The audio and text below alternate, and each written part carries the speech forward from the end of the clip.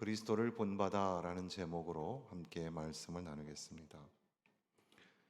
우리가 오직 하나님만을 예배하는 예배자가 된다는 것은 너무너무 중요하죠.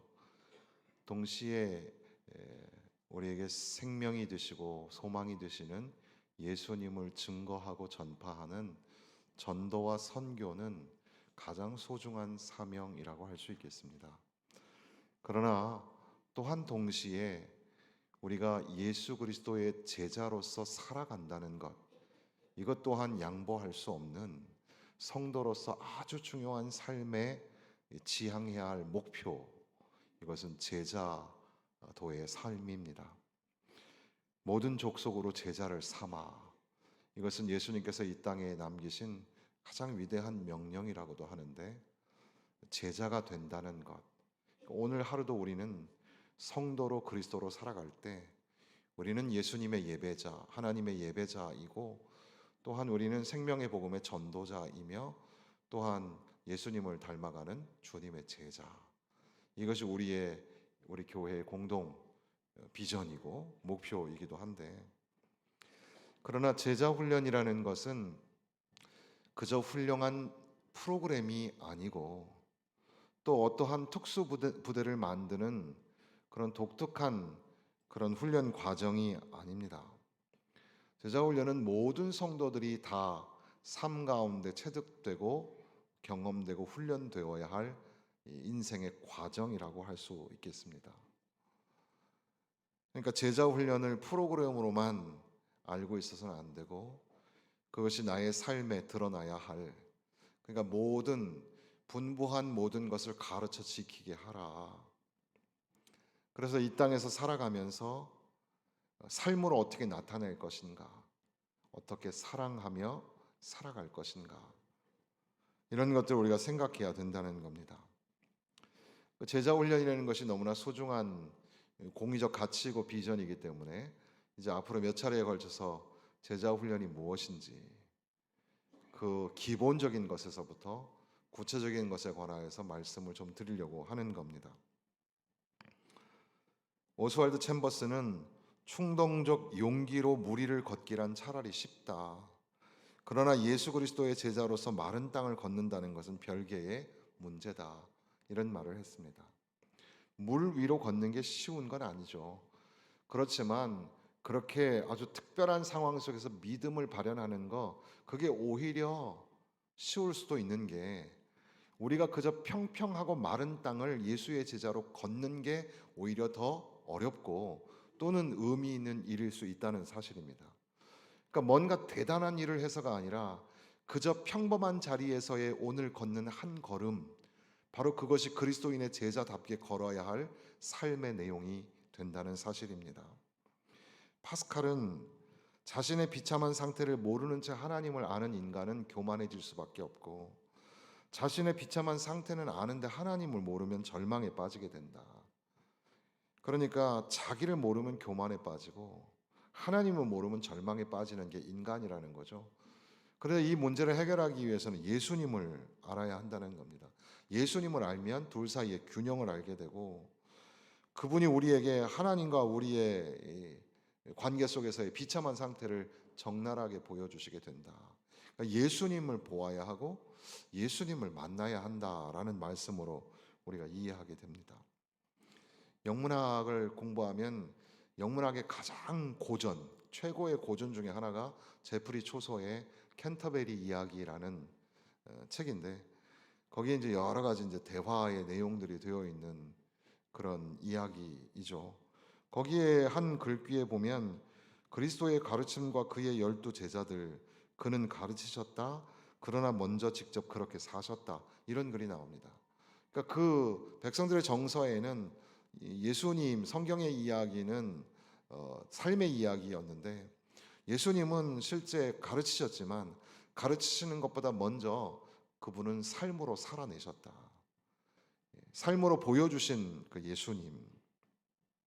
그러니까 제자도라는 것은 그냥 프로그램, 그리고 또 어떤 특수한 성숙한 어떤 사람들의 모임을 만들어내는 것, 그런 게 아니라, 제자 훈련은 모든 성도들의 갖추어야 할 영혼과 인격, 거죠. 그러니까 제자 훈련이 잘못되면 어떤 사람이 뭘 할 때는 굉장히 잘하는 것 같은데 다른 일상의 삶의 자리에서는 이상하게 나쁜 습성을 가지고 있는 겁니다. 그 사람은 제자 훈련을 잘못 배운 거죠. 차라리 배우지 않았으면 더 좋을 뻔 했던 겁니다. 제자가 된다는 것은 결국 그러니까 삶이죠. 삶의 문제입니다. 어떻게 살까? 어떻게 삶의 가치를 가지고 살아갈까? 그러면서 우리는 삶에서 가장 중요하게 나타나야 할 사랑이라는 것을 우리가 지난주에 후반부에 말씀을 드렸습니다. 사랑하며 산다는 것, 이것이 참 중요하죠. 지금 우리가 읽고 있는 요한복음 13장에 34절 35절에 보면 새 계명을 너희에게 주노니 서로 사랑하라. 내가 너희를 사랑한 것 같이 너희도 서로 사랑하라. 너희가 서로 사랑하면 이로써 모든 사람이 너희가 내 제자인 줄 알미라. 사랑하는 삶이 바로 제자의 삶이라는 겁니다. 과연 우리가 형제를 사랑하고 있는가? 더 나아가서 원수를 사랑할 수 있겠는가? 사랑하며 산다는 게 참 쉬운 것 같으면서도 어렵죠. 어쨌든 그렇게 사랑하며 사는 삶, 이것은 또한 동시에 어떻게 하는 게 사랑하며 사는 삶인가, 이런 것들을 지금 요한복음 13장이 보여주는데, 서로 사랑하라라는 계명을 말하기 전에 예수님께서 제자들의 발을 씻겨주시는 사건이 나옵니다. 바로 섬김의 삶이 사랑하며 사는 삶과 밀접한 관계 속에 있음을 우리에게 보여주시는 거죠. 식사 중에 놀라운 일이 벌어진 겁니다. 손님들이 먼지투성이의 길을 걸어오느라고 발이 더러워지면 도착하자마자 종들이 손님의 발을 씻어 주게 되는데,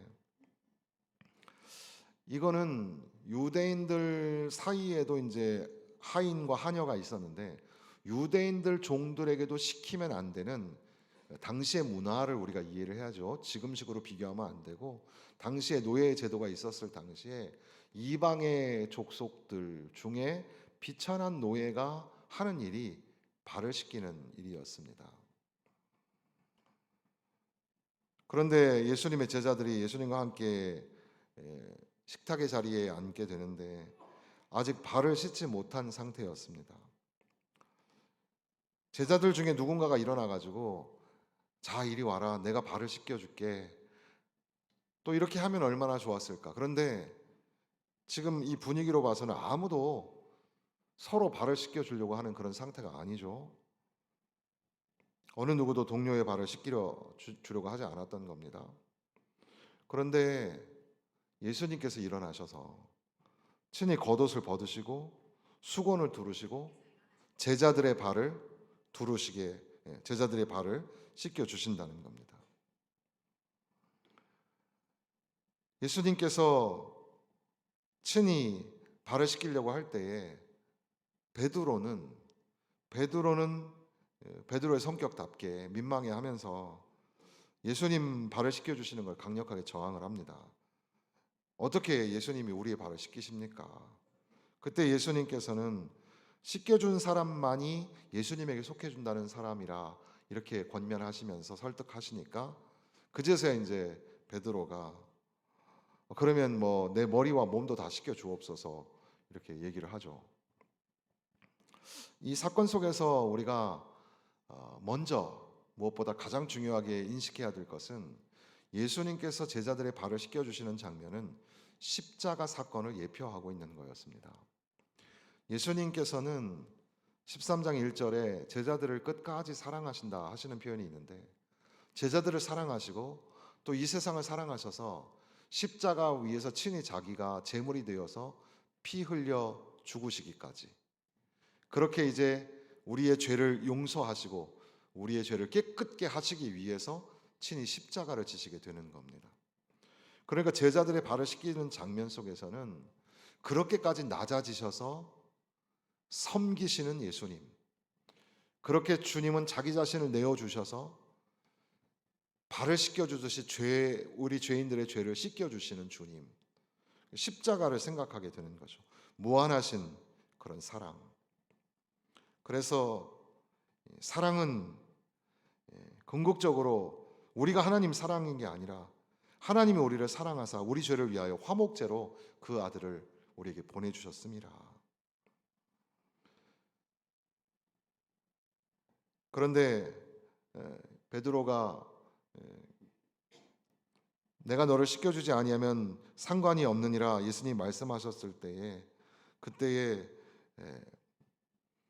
나의 온몸을 다 씻겨주옵소서 그랬더니 예수님께서는 그것만으로 족하다 이렇게 말씀하시는 것을 통해서 그저 물리적으로 물을 가지고 씻겨주는 것 거기에 의미가 있는 게 아니라 예수님께서는 십자가를 통하여 내가 너희에게 보여줄 사랑, 그 사랑과 섬김에 관한 말씀을 하고 있는 겁니다.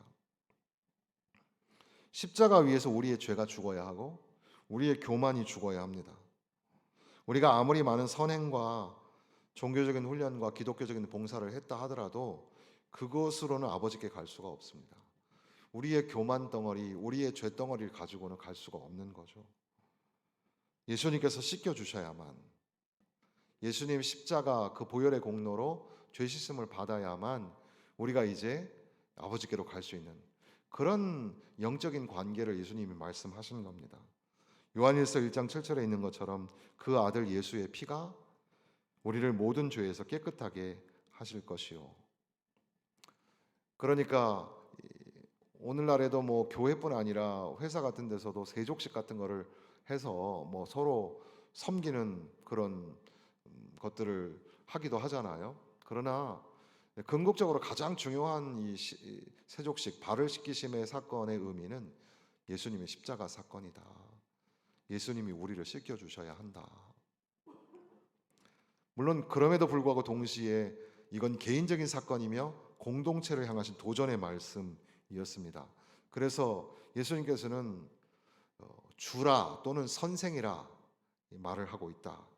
주라는 말은 영어로 어떤 번역에는 마스터라고 되어 있지만 이 마스터란 주인이라는 말로는 설명이 안 되는 주, 큐리오스 주라는 말은 굉장히 높은 분이라는 그런 의미를 담습니다.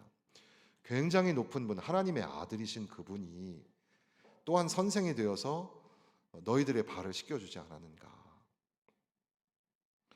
그러니까 어떤 학자가 말하는 것처럼 예수님이 사용하시는 칭호의 의미가 크면 클수록 그분의 행동이 주는 도전도 큽니다.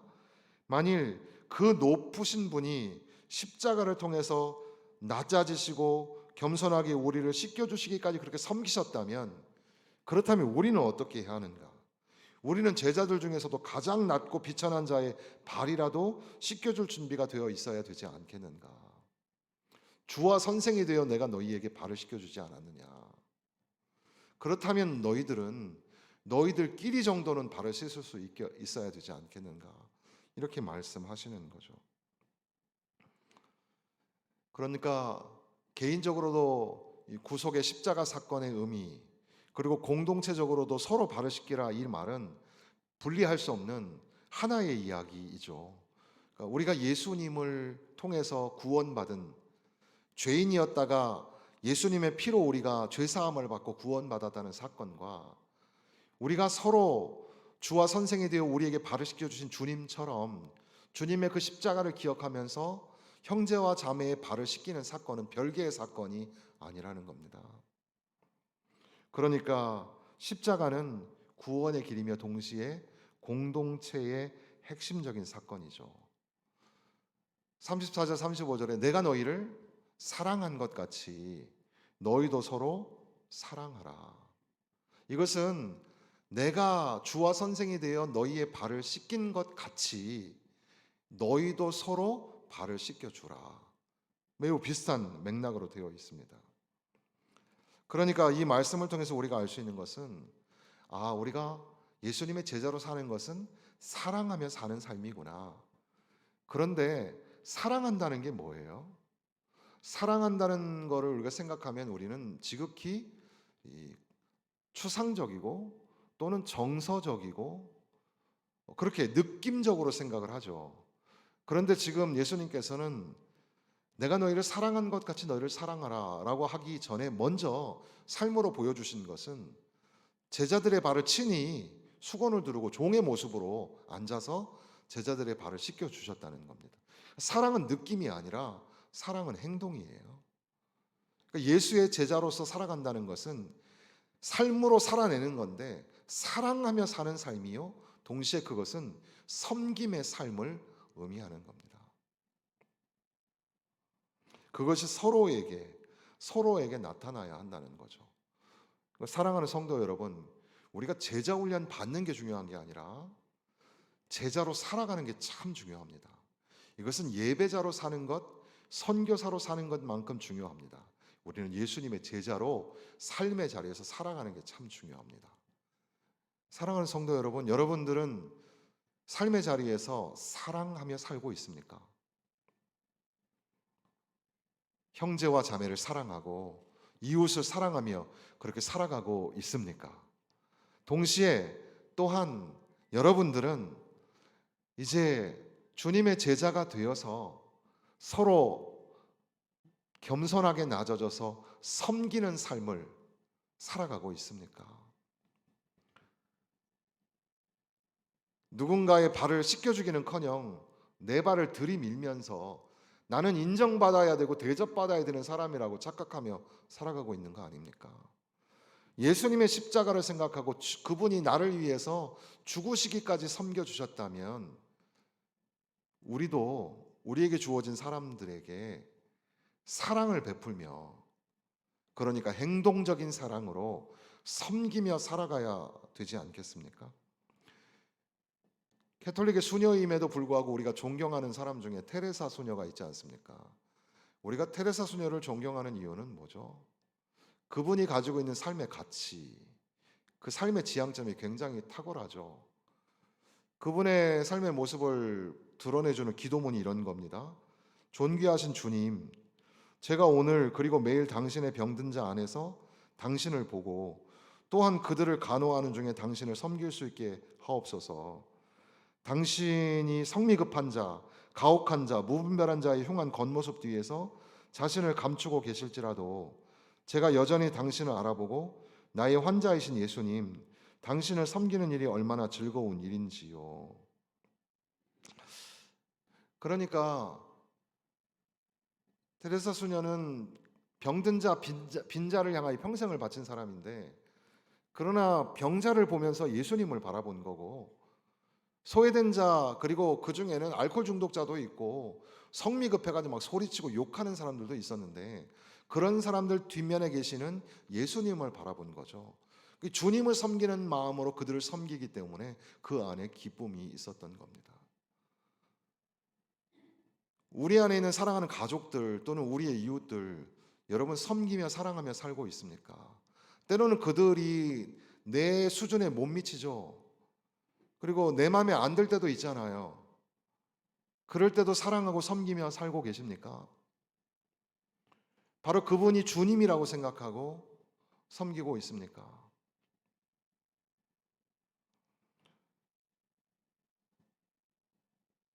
목회자도 마찬가지죠. 목회자들이 자기가 지도자이니까, 자기가 지도자요 성도들이 그 명령과 말씀 앞에 거의 대부분 순종을 하니까 자기가 왕인 양, 자기가 통치자인 양 착각하고, 그 세상에서 사람들이 손가락질하는 게 그런 목사가 전체 목사인 줄 착각하고 있는 거죠. 조정칠 목사님의 어머니 목회학이라는 책에 가끔 제가 인용하지만, 저도 옛날에 이제 회사 다니시는 분들이 명함이 있잖아요. 저도 이제 명함이 하나 있었으면 좋겠다 이런 생각을 합니다. 어디 회사에 소속돼 있다는 거, 소속감 이런 게 부러울 때도 있죠. 그 책에 보면 그런 내용이 있습니다. 목사가 되어서 오랫동안 이제 고생 끝에 공부도 하고 또 부교육자 생활도 오래 하고 나중에 담임이 됐는데, 담임이 되니까는 명함을 하나 판 거예요. 가끔 현대 사회 속에서는 목사님들도 명함을 교환할 때가 가끔 있습니다.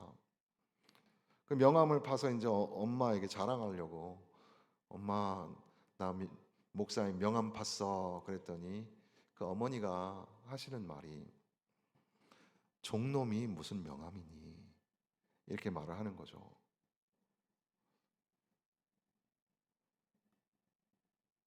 목사는 자기가 군림하는 자의 자리가 아니라 성도가 500명이면 500명 성도들을 주님을 대하듯이, 주님을 섬기듯이, 그렇게 주님께서 나에게 사명을 주신 것이 종으로서 섬기라고 주신 건데, 자기가 착각하고 자기가 왕이 돼 있는 우리 선배 목사님들, 할아버지 때 아버지 때 선배 목사님들이 아름다운 전통을 많이 주셨지만 잘못된 전통을 가르치신 것 중에 하나가 제왕적 목회자로 계셨던 겁니다.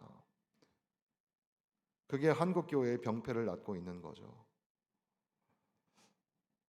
목회자만 그렇습니까? 여러분들도 마찬가지죠.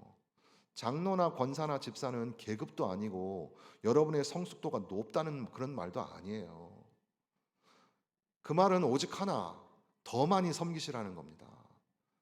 더 깊이, 더 성숙하게 섬기시라는 겁니다. 뭐 대단한 줄 알고 여러분들의 위치가 그렇게 대단한 게 아니에요. 우리는 다 죄인이에요.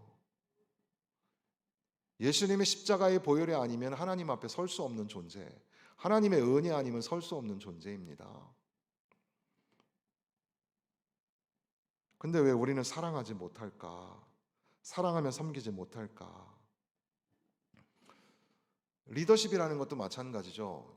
그래서 그 토이박스 리더십이라는 걸 예전에 제가 그런 책이 있는데, 거기에 보면 뭐 레고나 뭐 요요나 이런 미국의 장난감들이 리더십으로 어떻게 은유가 되는가, 그런 책인데, 레고라는 게 한 1200년대부터 있었던 장난감이거든요. 요즘 우리나라에도 딱 어느 시점 되면은 그 레고를 다 그냥 사서 엄청 비싼 장난감이잖아요. 근데 그 블럭이 서로 기가 막히게 맞아 떨어져야지만 하나의 물건이 돼요. 하나의 형상이 만들어지는 거죠. 아무데나 꽂는다고 형상이 되는 게 아니에요. 그 블럭이 가르쳐주는 은유가 뭐냐면, 블럭 혼자로는 아무것도 할 수 없는데 서로 맞물려서 만들어질 수 있다는 사실이에요. 여러분, 우리는 함께 사는 겁니다. 나 혼자 살 수 있는 게 아니에요. 교회가 있는 이유는 하나님의 은혜의 기회로 우리에게 돌아오라 하시는 것도 있지만, 또한 동시에 교회는 훈련의 현장이기도 합니다. 산업혁명 이후에 유럽의 교회들이, 성도들이 너무 이제 실망을 해서 교회 안 나가겠다고, 교회 안 나가고도 난 신앙생활 할 수 있다고 하나님 믿고, 오늘날 급격하게 현대교회, 우리 한국에도 그런 현상이 나타나고 있는 겁니다. 그런데 그렇게 교회를 떠나가고 난 다음에 유럽에는 교회가 문을 닫았고, 그러면 교회를 안 나가도 신앙 성숙함이 있어서 국민들이 다 신앙적으로 성숙한가? 그렇지 않아요. 교회 안 다니고도 신앙생활 하겠다. 가끔 생각해 보면 저와 여러분도 똑같죠. 어쩔 때는 그냥 예배만 드리고 아무것도 안 하고 싶잖아요. 관계를 알아가면 알아갈수록 어렵고, 누군가가 나를 평가한다는 것도 불편하고 그렇습니다. 그래서 그냥 조용히 그냥 교회 다니고 싶고, 구경꾼처럼 그냥 큰 교회 아무 교회나 그냥 다니고, 좋은 설교 얘기 듣고, 음악도 하나씩 연주해 주니까는 뭐 그것도 좋고. 근데 그것은 신앙생활이 아니에요.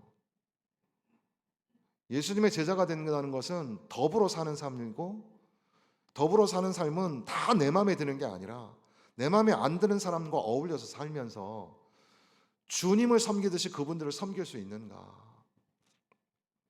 내가 주와 선생이 되어 너희에게 발을 씻기는 걸 보여주었으니 너희도 서로 발을 씻겨주는 것이 마땅하다.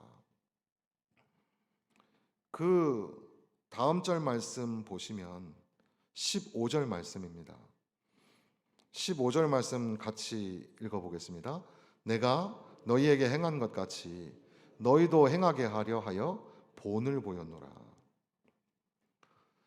오늘 제목이 그리스도를 본받아입니다. 근데 그리스도를 본받아라는 딱 타이틀이 나오면 우리 신학생들은 딱 이 제목이 책 제목이라는 걸 알죠. 토마스 아켄피스라는 분의 그런 책인데요. 그리스도를 본받아. 이미테이션 오브 가시라고 이렇게 번역을 했는데, 이분은 1300년대 사람이고 자기 형의 수도원에 들어가서 사제가 되고 또 이렇게 평생을 수도원에서 그렇게 예수님을 닮아가는 삶에 관하여 고민했던 그런 수도사였는데, 그것은 캐토릭의 전통이라기보다는 당시의 그런 기독교 전통은 우리 모든 기독교의 아름다운 전통으로 성경책 다음으로 가장 많이 읽혀지는 고전 중에 하나가 그리스도를 본받아라는 책이라고 할 수 있겠습니다. 평생을 그 네덜란드 암스테르담 근교에 있는 수도원에서 살면서 평생을 계속해서 어떻게 하면 예수님을 닮을 수 있을까?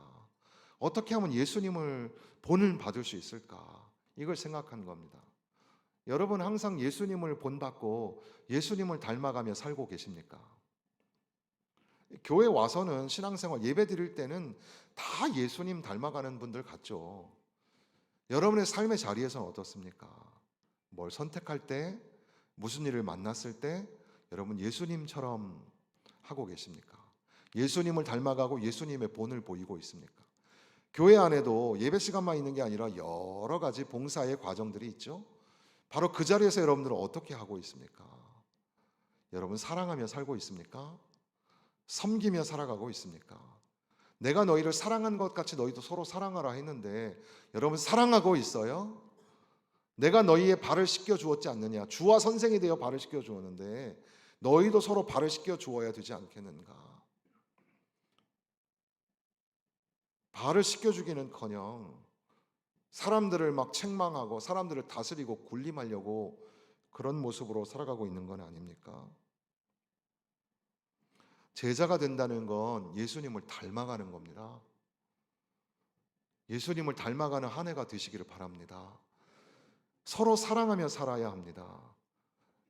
여러분의 마음에 드는 사람을 사랑하는 게 사랑이 아니고 마음에 안 드는 사람 냄새도 나고 수준이 떨어지고 실력이 없는 사람들, 그 사람들을 주님이라고 생각하고 사랑하라는 거예요. 어려운 거죠. 참 어려운 겁니다. 그렇기 때문에 항상 우리는 예수님을 닮아가기 위해서 오늘도 애를 쓰는 겁니다. 주님의 형상을 입기를 원하고 주님을 닮아가기를 원합니다. 사랑해야지, 사랑해야지. 머리로만 사랑하면 뭐합니까? 말과 혀로만 사랑하면 사랑이 아니에요. 울리는 징과 꽹과리와 같은 거예요. 섬겨야죠. 종이 되어서 발을 씻겨주는 섬김이 있어야죠. 그래서 내가 너희에게 본을 보였노라. 예수님이 말씀하시는 겁니다. 제자 훈련, 제자가 된다는 것이 너무 중요하기 때문에 신년 새해를 맞이하면서 몇 주에 걸쳐서 제가 이런 시리즈를 주보에 실은 적이 별로 없잖아요. 몇 주에 걸쳐서 제자 훈련을 강조하고 있는 건데 여러분의 삶이 예수님의 제자의 삶으로 성숙하게 변하여지기를 바라는 마음을 갖는 겁니다. 올 한 해도 예수님의 제자답게 예수님을 닮아 가십시다. 서로 사랑하고 서로 섬기고 명절에도 경제적인 문제로 물질적인 문제로 또 가족들 만나는 게 왜 이렇게 스트레스입니까? 더군다나 음식 만들고 이런 것들이 다 너무너무 힘들죠. 너무 불평과 부정과 원망 그리고 다툼으로 가지 말고 어찌 되었든 간에 예수님의 제자로서 사랑을 좀 실천하시고 사랑을 말로만 하는 게 아니라 섬김으로, 그래서 내가 하나의 어떤 봉사와 섬김도 예수님의 제자이기 때문에 그걸 기쁨으로 감당할 수 있기를 주님의 이름으로 부탁을 드립니다.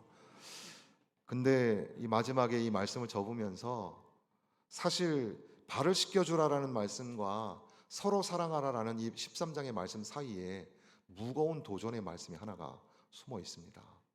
그것은 씻겨주시던 그 제자들 중에 한 명은 가룟 유다였습니다.